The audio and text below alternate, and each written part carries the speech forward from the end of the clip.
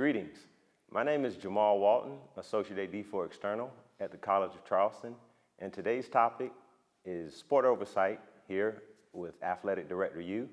I'm joined by Dr. Eric Wood of UCF and Daniel Feig of USC Upstate. So we'll just jump into our topic, which is sport oversight. And our first question is, as sport administrators, what do you believe are the qualities that goes into that? Sure. I think there's a number of qualities that make a great sport administrator.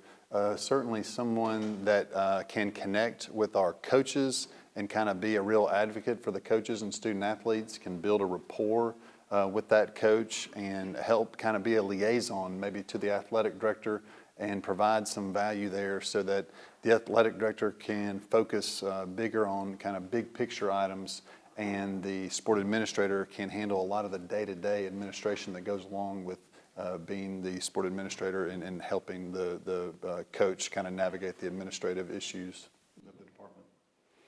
Yeah, I mean, I would add, we view, we at UCF, we view the sport administrator role, the coach is the CEO of their program, right? I mean, we view them as the expert in their area to run that and really communicate with us.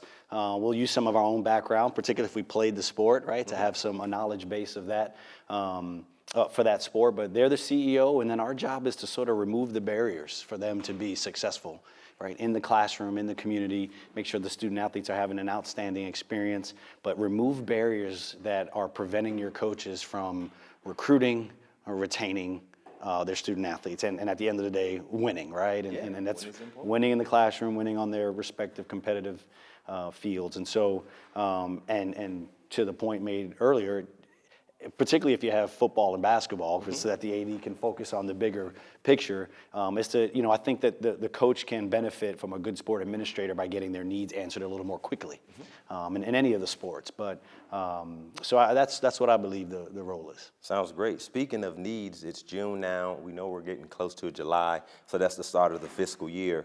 What areas are or should the head coaches be focusing on, and how is the sport administrator helping them with July 1 really close, and obviously they want to spend some money? I think certainly they can help the coach prepare for that end of the year budget meeting that everyone has at every school, and hopefully they maybe have a little bit better knowledge base of what's going on as for the department that year, so that they can look and know, hey, maybe we're able to add some money to the budget, which is of course everyone's goal administratively, but on the flip side, maybe they're going to be cutting, and so they can look at that budget ahead of time, help the coach navigate that meeting with the business managers so that they can be in a place to be successful and get a budget approved for next year.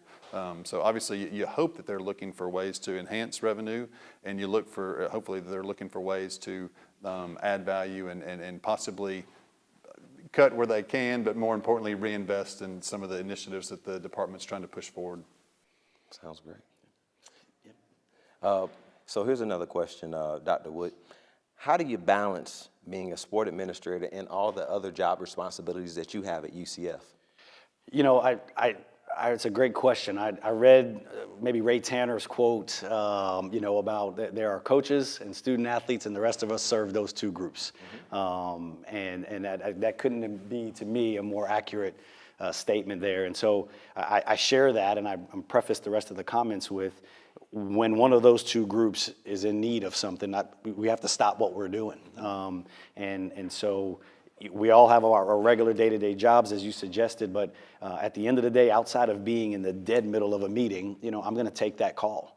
And at this point in my career, the family knows, you try to respect family time after work and weekends, but my assumption is if that coach is called, that they need something, and they need something to move our program forward, and that's my job, as mentioned earlier, to advocate and remove the barriers. And so, those are the two groups we serve, and so if any one of them are in need, we have to stop what we're doing and try to get that done for them. Yes, sir. I'll say that I'm actually a young sport administrator, and I'm overseeing the equestrian program. So sometimes I'm thinking about the coach, sometimes I'm thinking about the student athlete, or even the horse. So it's a lot of things that I'm learning to balance as well. Let's talk transition. Obviously, there are certain times that we have coach transition. So if you've been in that situation, how does a sport administrator help manage that situation with the student athletes when things like that happen? I think you can be a great bridge between the administration and the student athletes during that transition as a sport administrator. Hopefully you've had an opportunity to kind of build a rapport with them through your role as a sport administrator over time. So if the coach leaves, then you can help be that advocate for them, but also just kind of be the bridge to communication to let them know they're going to be anxious, right, because their coach has left under whatever circumstance. And so trying to allay their fears and those kind of things, I think that's probably the most important part of it. In addition, I think, a lot of folks look at sport administration as an opportunity to advance their career, which I think is right. And so when you look at that, I think that you can provide as a young sport administrator a lot of value to your AD by, if you go through a transition, by doing a bunch of research ahead of time, right, and looking at canvassing the country in terms of, what are some possible candidates that could help your school move forward and get better, and just trying to be proactive and add value to that process, knowing that, if you can, maybe, open up your schedule a little bit and know that no matter if it's an Olympic sport, a basketball, or certainly a football, you're going to be busy for the time being. Roll up your shirt sleeves and do everything you can to try to get involved in that process, because what a great and wonderful learning opportunity it'd be for you to help go out and hire a head coach if you're fortunate enough to be in that position. Yeah, I would say you get a chance to steady the waters a little bit, right? Now you have incoming recruits. They want to know what's going on, parents of the current student athletes and parents of the incoming recruits. And, one thing that we've been consistent on in the hiring of our coaches at UCF was asking the team to identify reps that would suggest to us, what was your, we should know this already, but what was the culture? What are you looking for in a new head coach? And it allows us to sort of, they'll identify who those reps are, and then we'll meet with them separately. And ideally, you've come back with a hire that matches what you're looking for as the sport administrator or athletic director, and what the students are looking for. And you can say, you all said you wanted these things. Look, here's who we use that as the guiding principles while we're out there searching. But if you're the sport administrator, to your point, there's a time to add value right there, right? Everybody talks about the short list, but there's time to add value there and really take the lead, right? As much as your athletic director, if you're not the athletic director, but take the lead there and show some value and have done the research. So it's a great point you've made. Think about there, Jamaal, is that if you're not the sport administrator, but you've been asked to be on that search committee, twice in my career, I have been on the search committee, and at the end of it, built a relationship with the then incoming coach, and then been asked to become the sport administrator at that time. And so it's a great opportunity. Again, I always tell young people, if you get asked to take on some additional responsibility, say yes, and go out there and do a great job, and then you don't know what'll happen. Perhaps you'll end up being the sport administrator. Speaking of value, I also think about a solid support staff, the sports medicine folks, the folks in sports performance. As a sport administrator, what does a solid support staff provide for a program?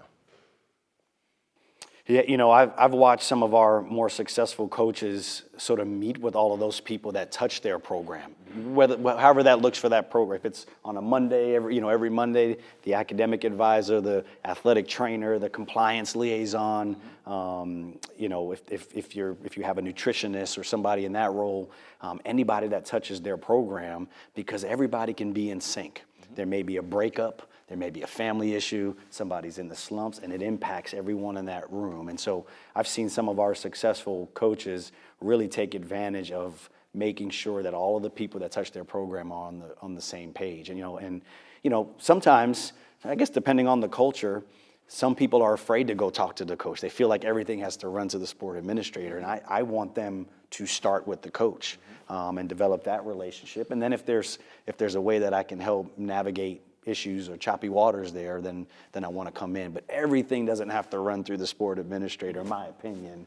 If they're developing their own relationships, I think that's a best practice. And then, but as the sport administrator, I need to be in tune with every part of that program and where the issues are, where the coach is unhappy, and see if we can get those addressed. I agree with everything Eric said, and would just add, I think that again, as a sport administrator, it gives you a great opportunity to learn about the department when you then, like you said, maybe your area is external, and you have less experience with sport, all the sports medicine, the strength conditioning, the nutritionists, all those kinds of areas. And so when your team has issues, you can go in and participate and be involved in all those areas so that you really gain a better working understanding of the day-to-day of what all those units in the department do and how they positively impact student-athlete experience and potential and opportunity and all those kind of things. So I think it's a great way for aspiring sport administrators, when you get in that role, to kind of learn more holistically about what's going on in the entire department. I totally agree. I mean, just my time being a sport admin with the equestrian program, I see more of the internal side and learning more about the student-athlete experience. So I'm gaining a lot, as much as you just talked about, with just finding out, okay, this is what matters just as much as the external side. Another question, as far as just how you like to do things with showing up to practices or being involved, what works for you? What works for you, and how does that help you kind of get everything you need to from a sport administrator standpoint, with just how involved are you with the team, I guess, is a better question that I would have. I think that you want to be as involved as you can, and I would think that every sport administrator would probably say at the end of the day, man, I wish I could have gone to an extra game or an extra practice, and you always, wish you could do more. And so I know at different times I've been sport administrators, I tried to be involved as much as I can, get to know the kids on a daily basis, on a named basis, but obviously if you have a number of sports and they're really large, sometimes that's hard to do. But if you can build a relationship with each student, I think that goes so far in their experience, because they want to have a bridge to the administration, outside of just their coach, in case maybe there is a change or anything like that, where they know more about the university, and you can be that kind of bridge in between. So I try to go to practices, try to go to as many games as you can, but knowing that you can't make it to them all. But one little trick I learned from my AD when I was a student athlete and back in college, he tried to travel with each team at least once a year on a road trip on a bus or something like that. And I know that when I became a sport administrator, I try to take that on as well, just because it's amazing how you get to know the kids on a more personal basis when you're sharing a bus and going over a night on a trip, and you really get to know them on a personal level. It's amazing what people think sport administration should be when they're not doing it, and then they get in the trenches with them and realize, how involved you need to be in it. But, so it's hard to manage your job. It's hard to do that, but I try to do the same thing. If with basketball, particularly when they were practicing in the afternoon, and if it was a long day, I may use that last half hour on the way out to go catch practice. And you want to get it to a point where where when you show up, it's not because something's wrong, right? And I come from a compliance background too, so you always wanted to do that anyway, where they saw you as a part of the program. And so I too try to get to one away game, get to a practice, travel. You want to see how they're traveling, right? Is the per diem working? Where are they staying? Because you're reviewing these exit interviews at the end of the year, and you want to see if that matches up with what you experienced with them. But I also want the coach to feel like I'm in the trenches with them, and so that I've got an understanding. Even if I became the sport administrator for men's and women's tennis, having never been involved in that sport. So really sitting down and understanding from the coach's perspective what they think they need, how the sport works, and having to do a little learning on the outside as well, outside of the time with them to show it. And I'm not afraid to say a lot of learning sometimes, right? And that's the fun part. I think a lot of times people become a sport administrator in their first sport, probably in the sport that maybe they participated in as a college athlete or what have you. But then after that, what a great opportunity to learn some of the minutia of some other sport that maybe you didn't play,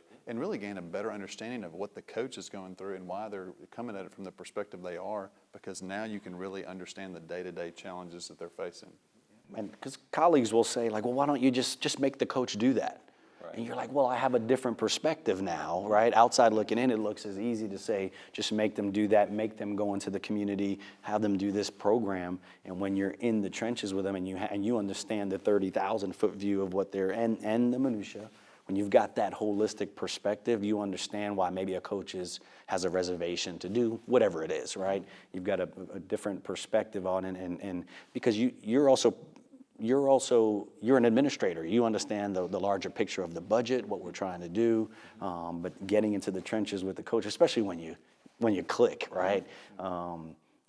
You end up trying to balance the needs of the coach with the overall goal and vision of the department. So, but trust is such a huge deal. If the coach knows you're doing everything you can within the scope, then I think that can go a long way. Yeah. Sounds great.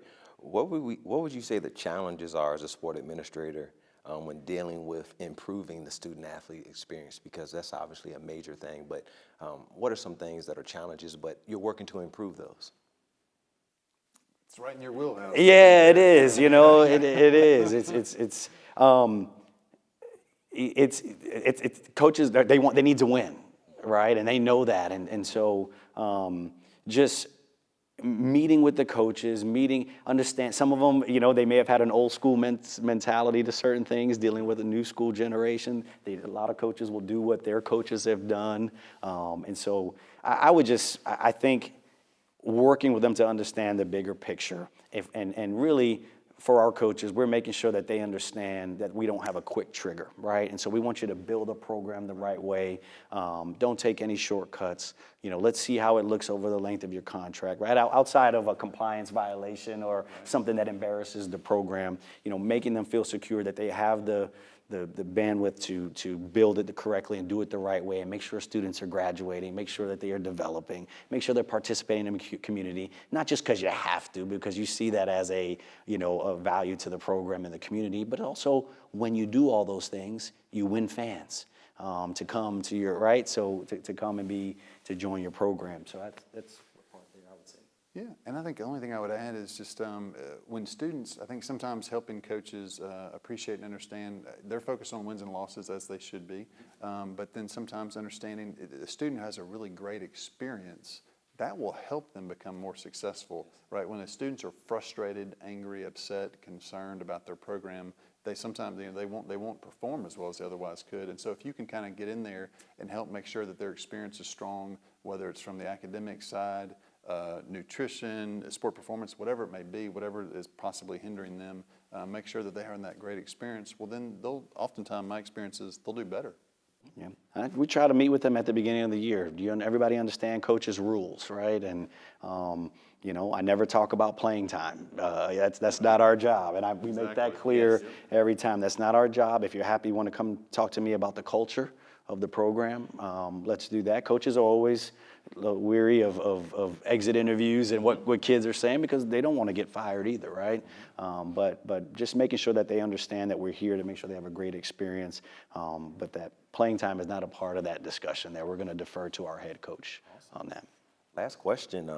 For those aspiring to be a sport administrator, I know you all touched on this, what are some nuggets, what are some things that they should be thinking about to help them get to that opportunity? I think just excelling where they are now obviously goes without saying, in terms of that will help impress their athletic director so they can receive more responsibility and grow professionally. But I think, you mentioned come from the compliance perspective, I have as well. And I think that no matter if you're from compliance or some other perspective, you right now have some interaction with your coaches on some level on a daily basis, no matter what your position is. If you can become a resource for that coach so that they come to you not just for questions in their area, in their discipline of yours, but they also come when they have other kinds of questions. That means that they're viewing you as an advocate, a problem solver, somebody that can help them. I think that's the best way to become a sport administrator, because at the end of the day, they're going to go, even without you, they're going to go lobby your AD for you to become their sport administrator or take on that role, because they see you as a valued resource and somebody that can help them creatively solve problems and remove barriers to their success. I think, and I mentioned this in another interview opportunity, but everything happens at the speed of trust, right? Yep. And so if you can build those relationships and that coach, if you get to the point where the coach says, here was where I want to end up, how do I get there? Or this other school, or this person, this school within our league, this program within they're doing this. That's where I would want to be. And so building trust, I think I've learned, over the last couple of jobs of just, I don't like the phrase thinking outside the box, but just getting creative, using legislation, using your policies, understanding what the conference wants to do in scheduling, right? I mean, if you can use those things to help a coach be successful, right? You're still operating within the rules, but you're getting creative in your thinking and not being just a black and white thinker. I think those all lend to a coach feeling like you've exhausted all of your options when you say no, or I don't know how else to help you at this point, right? Exactly. So, yeah, I totally agree. I mean, one of the things that I've learned in my time with just the different departments that work with the coaches are, if you can be a champion for the coaches, if you can step up and make sure that they have all that they need, they're going to count on you. And that's probably where those opportunities will come. And I love how you both say removing barriers, because if you can remove those barriers from the coaches, they're going to look at that as, well, this person's making my job easier, and hopefully in turn it works for everybody. Exactly. Well, Eric and Daniel, I appreciate your time, and thank you, ADU, for the opportunity. And again, my name is Jamaal Walton. Have a great night.